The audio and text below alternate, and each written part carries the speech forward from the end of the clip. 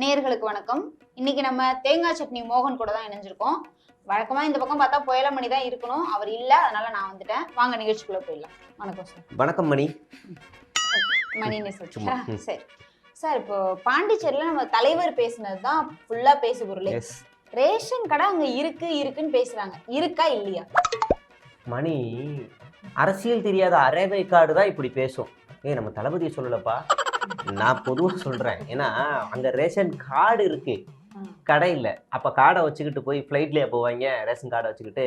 இல்ல வேற எங்கேயாவது போவாங்க? அறிவு வேணாமா இப்படி கேட்கறதுக்கு? நீங்க கேட்கலாம். அப்படி இல்லை, ரேஷன் கார்டு இருக்கு, கடை இல்லைன்னு நம்ம உருட்டுவோம். ஆக்சுவலாக 2016 மூடின ரேஷன் கடையை 2024 ஒரு பெரிய போராட்டத்துக்கு அப்புறமா, அதுவும் தமிழ்நாட்டை முன்னுதாரணமாக வச்சு போராட்டம் நடத்தியிருக்காங்க பாண்டிச்சேரியில். தமிழ்நாட்டில் இப்போ ரேஷன் கடை திட்டம் மூலிமா என்னென்னமோ கொடுக்குறாங்க, 1000 ரூபா கொடுக்குறாங்க, அது கொடுக்குறாங்க, இதெல்லாம் பண்ணுறாங்க, ஏன் இங்கே பண்ண மாட்டீங்கன்னு போராட்டம் நடத்தி 2024 அக்டோபர் 21 பாண்டிச்சேரியில் வந்துருச்சு. இது எல்லாருக்கும் தெரிஞ்சது தான். நம்ம தளபதி பாருங்க, ரொம்ப ஐடியாலஜிக்கலாக கிளவராக சங்கி புத்தியை காட்டினார் பாருங்க. அவர் நம்ம பாராட்டியே ஆகணும். ஏன்னா ரேஷன் கடை இல்லைன்னு சொன்னார்ல, யார் மூடுனாங்கன்னு சொல்லணும்ல. எப்படி? அதான் டாக்டிக்ஸ். நம்ம இஸ் a charismatic லீடர் மணி. நம்ம இதெல்லாம் புரிஞ்சுக்கிட்டு தான் ஆகணும், அக்செப்ட் பண்ணி தான் ஆகணும். அயோக்கியத்தனத்தோட உச்சம் நம்ம தளபதி பண்றது. ரொம்ப தந்திரமான அரசியல். எஸ், கேவலமான அரசியல். அதுதான் நான் சொல்ல வரேன். நம்ம அதை புரிஞ்சுக்கணும். அதை புரிஞ்சுக்கிட்டா நம்ம ஈஸியா போய் அழகா அவதூறுல பண்ணலாம். இப்ப பார்த்தோம்னா, ஏன் நீங்க பிஜேபி பத்தி பேசவே மாட்டீங்க, அப்படி என்ன உங்களுக்கு பயம்னு கேக்குறாங்க நம்மள பார்த்து. ஒன்றிய அரசுனா என்ன சொல்லுங்க மணி? ஒன்றிய அரசுனா என்ன? பாஜக தானே? ஒன்றிய அரசுனா பாஜக தானே? இல்ல, ஒன்றிய அரசு மாறிக்கிட்டே இருக்கும்.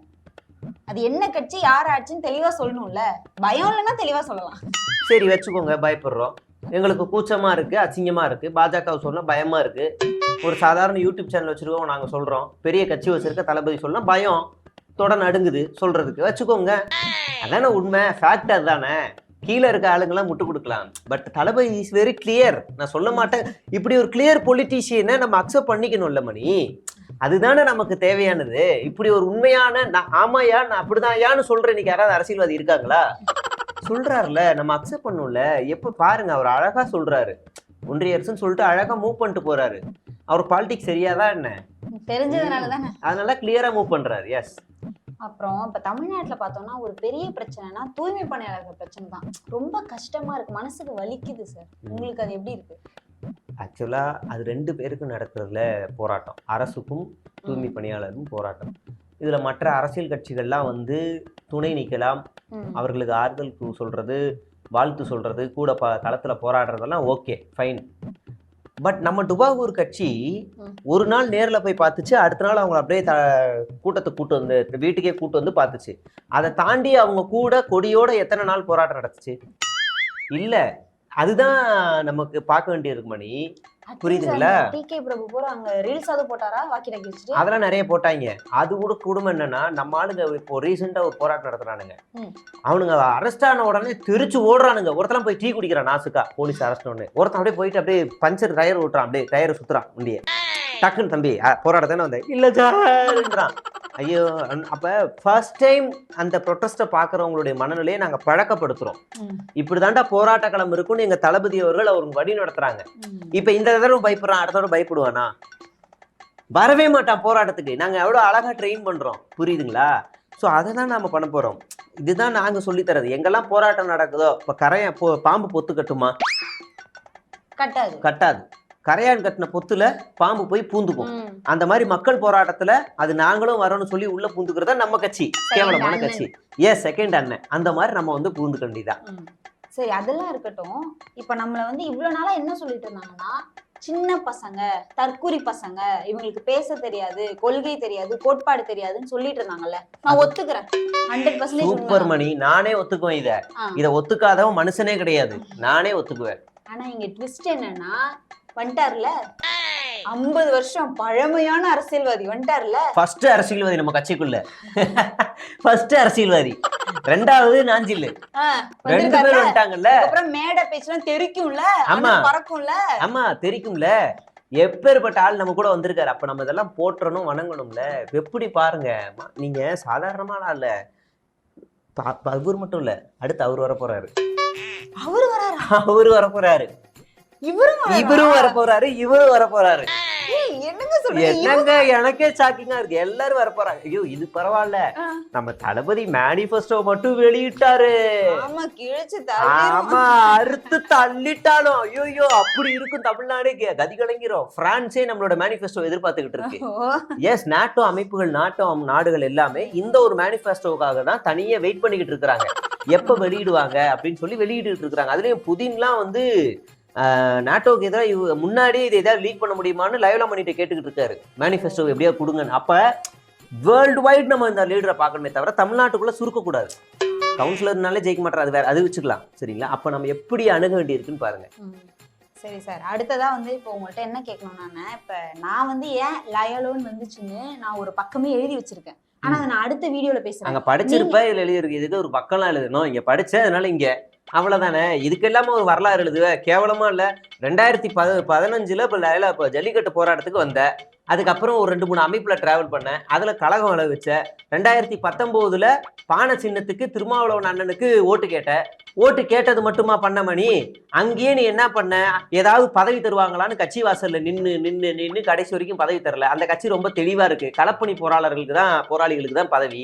உன மாதிரி ஏதாவது குறுக்கு வழியில வரவங்களுக்கு இல்லைன்னு தெளிவா சொல்லிருச்சு. அதை தாண்டி நீ ஒரு புத்தகம்லாம் எழுதுன தோல் திருமாவளவன் அண்ணனுக்காக, அப்பயும் உன்னை வந்து மதிக்கல, பதவி தரல. சரி என்னடா இது இப்படி அசிங்கமா போயிடுச்சு அப்படின்னு வேற வழி இல்லாம ஆதவ மூலியமா அங்கங்க லாபி பண்ணிக்கிட்டு சுத்திக்கிட்டு இருந்த. கடைசியில வந்து மறுபடியும் 21 தேர்தலில் அட் அ டைம்ல 2 பேருக்கு எலெக்ஷன்ல நின்ன. 2 பேருக்கு வேலை செஞ்ச, எலெக்ஷன் நிக்கிற 2 பேருக்கு வேலை, அண்ணா நகருக்கும் எக்மோருக்கும். அதுவும் அந்த ஒரு எலெக்ஷனுக்கு ஒருத்தர் வேட்பாளர் நின்னா காசு தருவாங்க. நீ ஒரு 50 பேரை கூட்டு வரியா, வரவங்களுக்கு சாப்பாடு வாங்கி கொடுப்பா, நீ 200 ரூபா கொடுப்பாங்க. அந்த 200 ரூபாயில 100 ரூபாயை கொள்ளையடிச்சதுதான் மணி. அதுவும் எந்த மேன்ஷன்ல இருந்து ஆளை கூட்டு வந்தாரு, எத்தனை பேரை கூட்டு வந்தாரு, யாரை கூட்டு வந்தாருன்னு எல்லாமே இருக்கு. அது மணிகண்டன் வீராசாமின்னு ஒருத்தர், அவர் தான் இவனை வளர்த்து விட்டது. கடைசியில அவரே ஓரங்கட்டி காலி பண்ணி நடத்தின போராட்டம் எல்லாத்துலயும் முன்னாடி நின்று அவர் நடத்தவே இல்லைன்னு எஸ்கேப் ஆகி ஓடி போயிட்டு இந்த பொழப்பு நடத்திக்கிட்டு 2021 கூட திமுகவுக்கு தேர்தல் வேலை பார்த்துக்கிட்டு இப்போ வந்து ஒரு மேடையில வந்து 2021 திமுகவுக்கு எதிர்ப்பலை வீசிருச்சுன்னு ஒரு அவுத்து விடுற. இதுல உன் பேரு லயலா இருந்தா என்ன, பச்சை பாசுன்னு இருந்தா என்னவா இருந்தா என்ன, டுபாகூர் பேரு, இது எதுக்கு என்ன சொல்ற? நான் சொல்றேன், ஏதாவது ஓப்பனா சொல்லணும். இல்லன்னு உங்க வரலாறு கொஞ்சம் சொல்லுங்கன்னு நான் சொல்ல வந்தேன். ஏன் வரலாறு எப்படி நார் அடிச்சுட்டு என்ன வரலாறே எழுதணும்ல, அதான் நான் ஆமா இன்னும் நிறைய இருக்கு. உங்க வரலாறு சொல்லுங்கண்ணா, எப்படி வந்து? நான் ரொம்ப கஷ்டப்பட்டேன், மத்தவெல்லாம் கஷ்டப்படலையான்னு கேட்காதீங்க, அசிங்கமா இருக்கும். எங்க அப்பா ரொம்ப கஷ்டப்பட்டார், அப்ப மத்த அப்பா எல்லாம் கஷ்டப்படலையா? நான் வந்து அவ்வளவு கஷ்டப்பட்டு அவ்வளவு வேதனைப்பட்டு கஷ்டப்பட்டு தான் இந்த இடத்துக்கு வந்திருக்கேன். நீ கேட்கலாம், இவ்வளவு கஷ்டப்பட்ட நீ ஏன் வாய்ஸ் ஆஃப் காமன்ல எம்ப்ளாயியா இருக்கலாம்னு என்ன நீங்க கேட்கலாம். வேற வழி இல்ல. என்னை 4-5 பேர் பேசணும். வேற கட்சிக்கு போனா அங்க ஆல்ரெடி நல்லா வளர்ந்து பெரிய ஆளா இருக்கிறாங்க, கஷ்டப்பட்டு கட்சிக்காக உழைச்சவங்க. அது அதிமுகவோ திமுகவோ என்டிகேவோ எல்லா கட்சியிலுமே இருக்காங்க. எனக்கு திடீர்னு உடனே வளரணும்னு ஆசைப்படும் போது இந்த தற்கூரி கழகம் தான், சாரி வெற்றி ஆச்சரியக்குறி கழகம் தான் கிடைச்சது. அதனால இங்க வந்துட்டேன். மற்றபடி அதான மணி, வேற வழி என்ன இருக்கு மணி? அவங்க ஃபீல்ட் அவுட் ஆனவங்க, வேற கட்சியில மரியாதை இல்லாதவங்க, எங்கேயாவது போனா இவனுக்கு இங்க திட்டினா கூட நம்மள சேர்த்துக்கிறோம்ல, அதனால இங்க வந்துட்டேன். வேற வழி இல்ல இதுக்கு. சரிண்ணே, இவ்வளவு நேரம் நீங்க சொன்னீங்களே, நான் ஒரு சீக்ரெட் சொல்லட்டுமா? இவ்வளவு நாள் நான் போய் உட்காந்து பேசணும்ல டிபேட் சொல்லலாம், அப்ப என் கூட உட்காந்து பேசுற அந்த ஆளுங்கட்சியை சேர்ந்தவர் வந்து ஸ்டார்டிங்ல என்ன சொல்லிட்டு இருந்தாருன்னா, நீங்கெல்லாம் எங்கெங்க ஆட்சிக்கு வர போறீங்க, சும்மா ஏங்க அப்படின்னாரு. இப்ப ரீசன்ட் டேஸ்ல என்ன கேக்குறாருன்னா, என்னங்க ஆட்சிக்கு வந்துருவீங்க போலியே அப்படிங்கிறாரு. ஐயோ, அவர் உன்னை கலாய்க்கிறது கூட தெரியாம நீங்க வந்து சீரியஸா அதை கொண்டு வர பத்தியா மணி? சத்தியமா எனக்கு ஆச்சரியமா இருக்கு. எப்படி வெக்கமில்லாம அவர் சீரியஸாவே சொன்னார் நினைச்சிட்டியா? ஃபேஸ் ரியாக்ஷன்ல கூட உன்னால கண்டுபிடிக்கிற அந்த சைக்காலஜி கூட இல்லையா உன்ட்ட? என்ன மணி இவ்வளவு கேவலமா இருக்கு? ஓகே, இப்ப நம்ம வந்து பார்ட் 2 வந்து அடுத்த வீடியோல ரிலீஸ் பண்ணுவோம். ரொம்ப டியூரேஷன் அதிகமா இருக்கு. பார்ட் 2 சிறிது நேரங்களில் வெளிவரும். பொறுத்திருந்து அதையும் பார்த்து ரசித்து ஆதரவு கொடுங்கள்.